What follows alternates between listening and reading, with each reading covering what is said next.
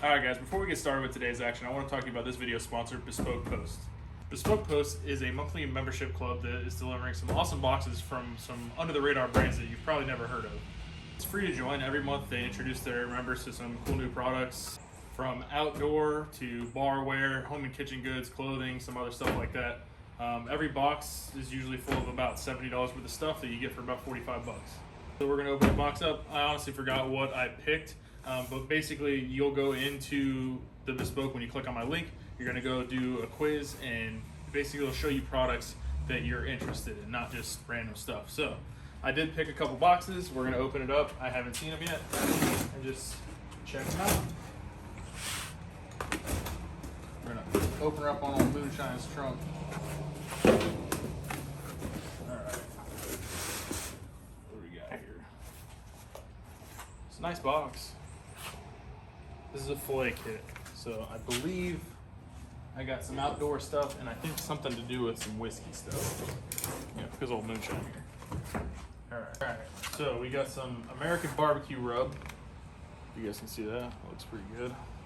Sea salt, brown sugar, paprika, dried chilies, garlic, spices, onion. That sounds pretty good.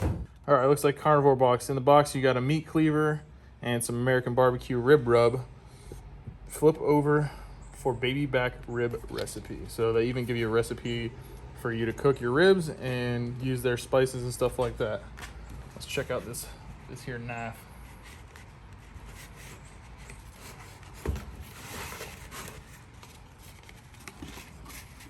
Whew. That's a really nice knife. That has a really good weight to it. I'll have to test that out, see how sharp it is. Set that up here, see what's in the bag.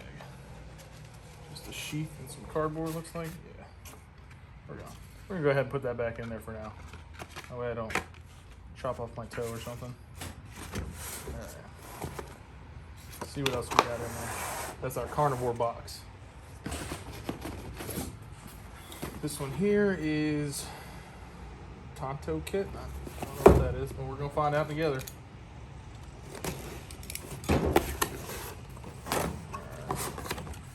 Tonto kit is what it sounds like. So we got a picture of a knife whittling some wood. Cut this card with a knife. It says, "We know how much you love sharp stuff, so we thought we'd take this opportunity to show you what splitting the edge on this thing can do." Let's see. Oh, it's fancy. That was a nice sheath from the Titan. Wow. I don't know if you guys can see that. This is a really nice knife. Be careful, because apparently it's real sharp. Open it from this end. Wow. That's a really nice knife. Yeah, that's a really quality blade, really quality handle. It's a nice knife. Feels good. Feels sharp. Let's see. I'll try this end. Yeah, that's pretty sharp. Pretty sharp. What else do we need? Go ahead. Put this back in the sheath.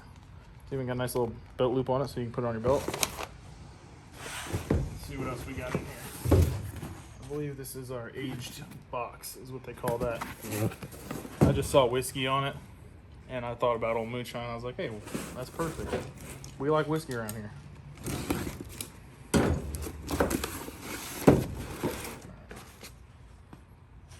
It's aged kit. Tweak your best booze by adding 2 new ingredients, oak and patience.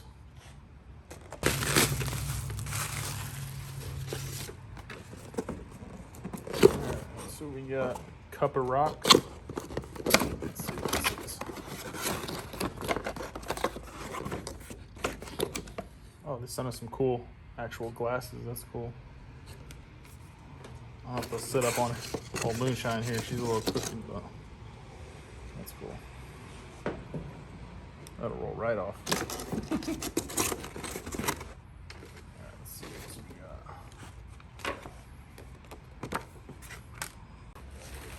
Alright, we got our aging bottle here. So,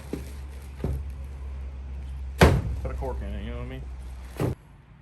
Alright, so this is our aged kit. Says, if you can stand the wait barrel aging your own cocktails, just like the pros do at some of the best bars in the country, will pay off big time. This aging kit contains a toasted oak stab that imparts a rich and woody complexity, a cheesecloth for straining once you're ready to pour, and a spirit bottle to handsomely hold the finished product. So once you've aged some whiskey, you can pour it on into your fancy glass over a nice rock of ice and share it with some nice baby back ribs. Alright guys, so each one of these boxes contains about $70 worth of stuff, but you only have to pay $45 for each box. 90% of Bespoke Post products come from small businesses. That way they can help you discover cool new products and stuff like this. I mean, I probably wouldn't have found this kit or that kit if I hadn't found Bespoke Post myself. So you can age your own whiskey, cut you some ribs up. If you want to shred some paper or whittle a stick, you got your Tonto there. All right, so based on the quiz you take is what you'll get, and you only have to pay for what you want. So if you get a box that you don't want to use it, you can swap it out, or you can just skip the month entirely. All right, guys, once you've clicked the link down in the description of this video, it's going to take you over to this page. This is where you're going to start your personalized quiz. It's going to ask you questions about certain items that you may want to know some of your boxes. Some of them might be home decor and goods. Some of them might be bar and mixology, cigars, or even some men or women's clothing. Once you've selected what you want to have in your boxes, it'll prompt you to enter your email, a password, and then it'll prompt you to fill out all your shipping and payment information. To get 20% off your first order, go to the link in the description, type Dr.TuneEmAll at checkout, or go to bspk.me/Dr.TuneEmAll. Welcome back to the channel, everybody. After LS Fest, we got Moonshine back at home. I'm going to do a couple things because on the last pass, as you saw in the last video, some things happened. We had a little bit of pressure, a little bit of oil squirt out everywhere. So we're going to go over everything and kind of check it out. We have an issue with it surging, doing some weird stuff. And when I shift it goes into high gear, it just kind of falls on its face. I have some suspicions of what it might be, but we're going to go ahead. We're going to swap the valve covers side to side. I also want to open them up and look at the baffling and kind of see how that's set up. I can blow through them, but it's got some serious crank pressure. It seems like, and I'm not 100% positive on this, it seems like the oil's blowing out from under the valley, which is kind of weird. It also blew the dipstick up, which clearly means we're getting some pressure down in the crankshaft area, in the crankcase area. So we're gonna pull the valve covers off. We're gonna look at everything there. I'm gonna change the oil, pull the plugs out, pull the intake manifold off, and just look over under the valley, make sure everything's still sealed, because there is a track rental this week that I really, really want to try and go 490 at, and I know this car can do it. I just got to get it. I got to get my front half down and get the back half going, and I know this car can do it with the stock bottom end. I know it can. So we're just going to turn the car around, make sure everything's happy. I'm also going to do a compression test just to make sure I didn't hurt it in a leak down, and yeah, we'll just go from there. All right, we swapped the valve covers side to side, so our vents will be in the front. I did take the baffles out just to see if it helps. So what it's, to me, it looked like happening is something is blowing out of the valley. I don't know if you can see all the oil in those ports. That's where the direct injection used to be. We welded them shut and then reshaped the chamber before we put this on because we're doing port injection on a manifold with alcohol. So I think it's coming out from under the valley and just spraying into there and kind of like spraying back when I'm making a pass. So I'm gonna pull the valley cover off and check it. These things are only held on with RTV. Like same thing with front cover, or this front cover actually, because it's LME, it has an O-ring in it, but every cover on this thing is all RTV from the factory. When I was taking it apart, because I've never taken one apart before, I thought somebody just kind of like hacked it together. And I'm like, wow, they just used RTV on this? Wow. Yeah, but yeah, no, apparently that's how it is from the factory. So I'm gonna pull that back off, I'm gonna clean it all up, we'll reseal it, see if we see any like witness marks of oil spraying through, and I guess we'll just go from there. Alrighty, so manifold off, resealed the valley, didn't really see anything super noticeable. I don't know, I just resealed everything, tightened everything down. The only thing I did notice with the valley was that bolts weren't like extremely tight. So they're really, really snug now, and everything's resealed. Change the oil, flip the valve covers around, fix the steering wheel because the steering wheel was a little bit crooked, and that's it. But what we did notice is once we started it with the valve covers flipped around and the baffles out, it was actually venting. So before you could sit there and hold it, nothing would happen. Now there's like actual crank pressure coming out. So hopefully that helps the issue. that particular issue. Still got to figure out the laying over issue. So we're going to take it to the track tomorrow and see if we can figure it out. So we'll see y'all out there. All right, guys, I lied to you. We tried to go to the track, but it got rained out. Both local tracks got rained out. So got Moonshine on the lift. I'm going to get under there with a pressure washer and pressure wash everything and get every ounce of any kind of dirt, dust, rust off this thing. So when we go to the track next time, we don't drop anything. I think we got majority of it out anyway, but I'm just going to make sure that there's nothing else in there.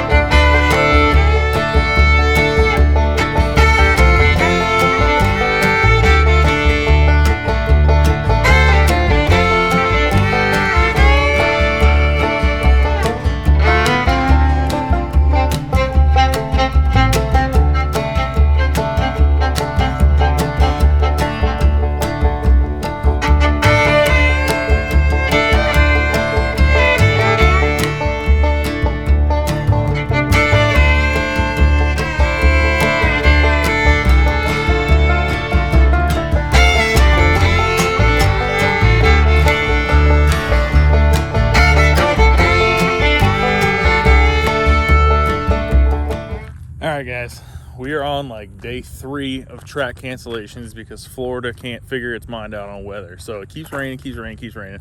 I'm just trying to put this thing in the 490s and it's like, nah bro, it ain't happening. So I talked to my boy Garrett this morning. I said, hey buddy, you mind if I use your dyno? He said, absolutely. So we're over here, Garrett's shop. I'm gonna get old Moonshine off the trailer and we're gonna make some more dyno pulls and see if we can figure out what the issue was with this thing up at LS Fest. It's doing some funky stuff, so what better place than a dyno other than the track? So we're gonna get Moonshine off the trailer, get it on the dyno. I'm gonna see if I can get it to do and mimic the same things that it was doing on the track. We're also gonna try a new feel out. We got some good old VP M5, so we're gonna put some of that in there. I've done a couple things to the car, which you guys have seen. So we're gonna try and dial it in on M5 and that'll be that. So let me get this thing unstrapped off the trailer and get it strapped down on the dyno. All right guys, we got the car strapped down. I'm gonna go ahead and make a couple just like baseline, put 2 pounds on the dome and just kind of iron it out again, just make sure everything's happy. Take it up in the RPM and see if it does anything weird.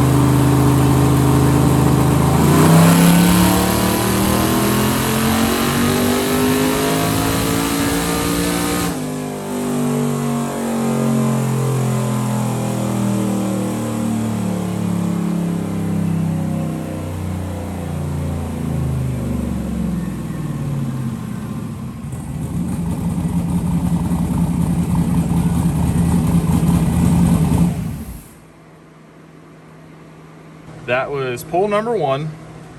According to this, it made 514 horsepower and 415 foot-pound, or I'm sorry, 430 foot-pounds of torque. Tune-up is pretty close. Air fuel is 4.5. So we didn't make a whole lot of boost. Let's see. Pull this up. We had fuel pressure is under control. That is awesome. That was a whopping 3 pounds. Oh, I hate when I do that. 3 pounds of boost. And we took that one all the way to 7,100. Yeah, 7,100, 3 pounds of boost.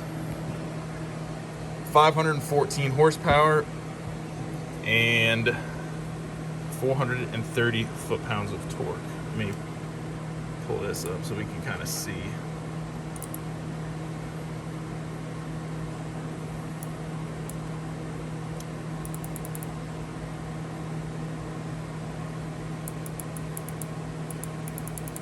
It peaked power at 6,850 RPM. So we were making 6,800, 514.2, and then by 7,000 we were down to 500. That's fine. I expected this kind of to peak right there, and I wanted to shift it around 7,300, so that looks good. So the next one, we'll give it a little bit more on the dome and rev it a little bit higher.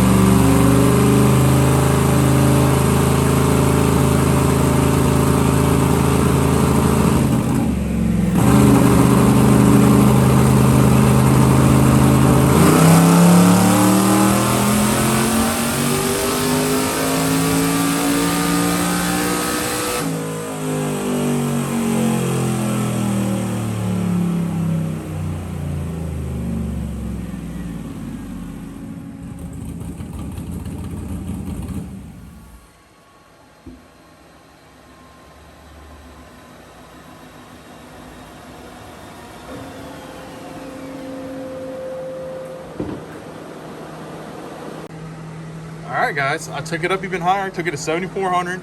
I still only had the 2 on the dome, made just a touch less boost on that one, made a little bit less power. 484 horsepower, 443 foot-pounds, so it made a little bit more torque. I didn't do anything other than rev it a little bit higher. So before, where we were running into our issue was right before I was about to shift, it would start to hit this like false rev limiter that wasn't there. And then I'd shift and it was like trying to recover. It was doing some weird stuff. So I did 2 things. I switched to fuel because I thought the fuel system might be a little over the top, right, for what I have here. So I went to a fuel that actually requires between 5 and 10% more. So I was like, all right, that'll eat up some of the fuel system. The other thing I did was I took the pump off of high. So before when I came out, the pump was in full tilt. So this is a variable speed. So I just took the yellow wire off so it would be half speed or whatever, however that works. It's not in its high setting. Fuel pressure is consistent, it's staying the same. I don't have any weird issues. That one, we were 62 PSI. My base is right around 55, so we're good. It's still adding. So I'm gonna turn the boost up a little bit more. We had a little bit of fuel pulled from closed loop, but that's it. I don't have it pulling a whole lot, just a little bit. So I'll clean that up a little bit and we'll add a little bit more boost. All right, so I'm turning the boost up another 4 pounds and we're gonna let her rip.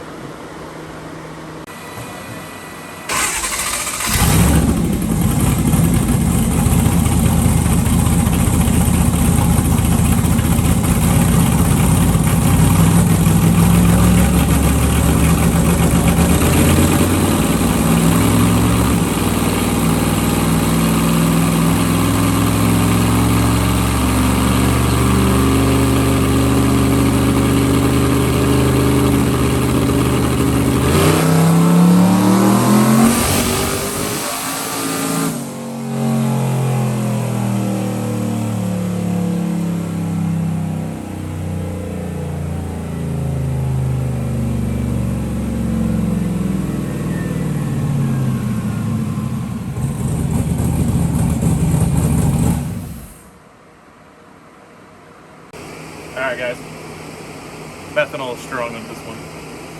That's what it was doing at LS Fest.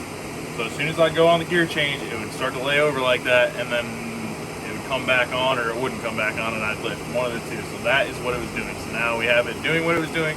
I can try to work through and see exactly what it's doing.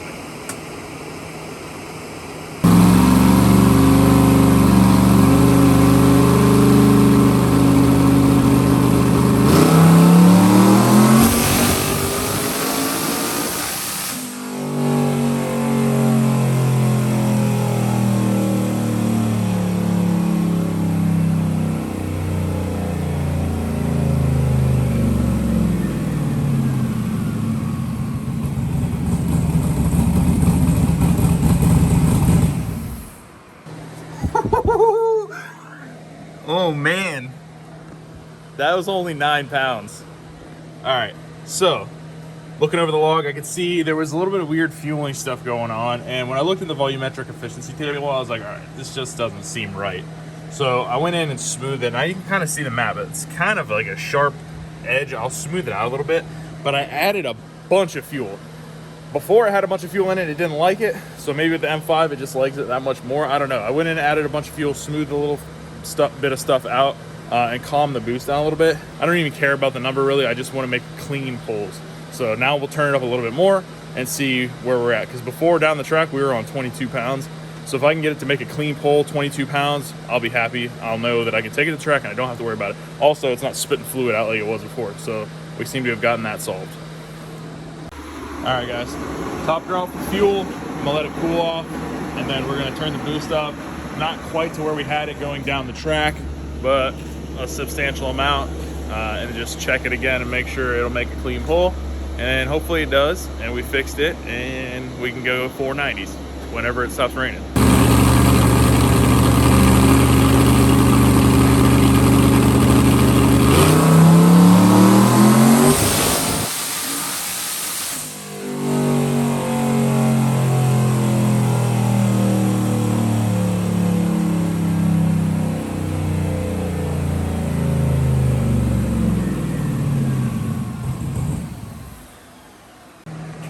Well, it kind of did something similar again. It hit like a rev limiter that's not there, so I don't know what's going on with it yet. I'm gonna look at the log, but that was the numbers on that one, 889, 867.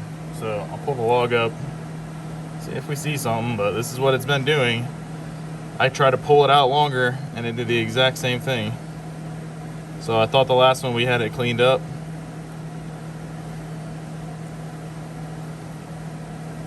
See, 7,400. I mean, the fueling looks great, so I don't know what the deal is. Fuel pressure's through the roof again, which is odd because I don't have it on high. But the fueling is, even the intake air temps they're great. I mean, 120 degrees non-intercooled, closed loop compensation -4. I mean, the air fuel is right where I wanted it, 3.8. I mean, everything looks good. That was 16 pounds of boost. So, I don't know what it's doing, man. It's getting kind of frustrating because I'm trying to figure it out. And it's just like there's a ghost rev limiter or something. So, I don't know.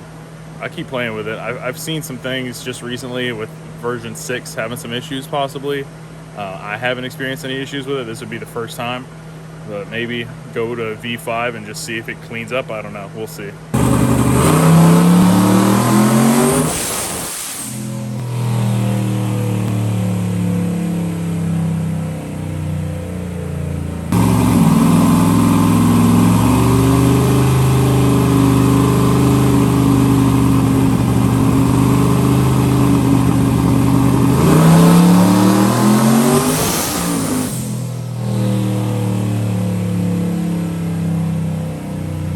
Trying some, I still think it's a fuel thing. It's making me nuts, but the fuel pressure just goes through the moon, and then it starts trying to add fuel on top of that. And I think it's just running into a wall of fuel. So I'm gonna turn the closed loop off, and I'm gonna let what my base table has in it control it and not compensate at all. So we'll see what happens.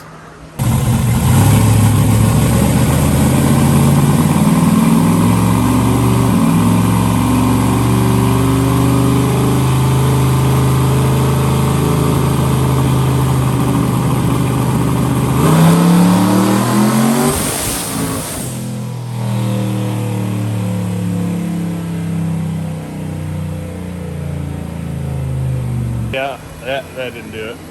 This one's really got me baffled, guys. I'm not gonna lie. I do not understand what this thing's doing. It's like it's losing all the boost.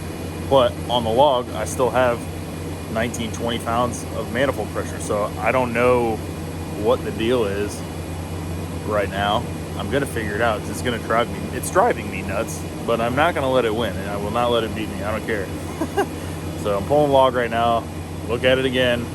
See if I can't figure something out. I don't know if it's got a boost leak and it just doesn't catch it. I don't know, but it is really making me nuts. All right, I think it might be losing boost. I'm wondering if the blow-off valves are getting blown open. I don't know if you can hear me with the fan going. So I set up the GoPro real close to try to watch and see if I see anything, if I can see the blow-off valves pushing open something, because on that pull, it went up to like 20.1, and then whoop, down to like 18, and then I lifted because it started to lay over. Because what happens is it gets into a weird area of fuel because it's dumping it out. So it's just a weird deal. So I'm gonna see if it's opening anything or losing boost, if I see a boost leak or anything like that.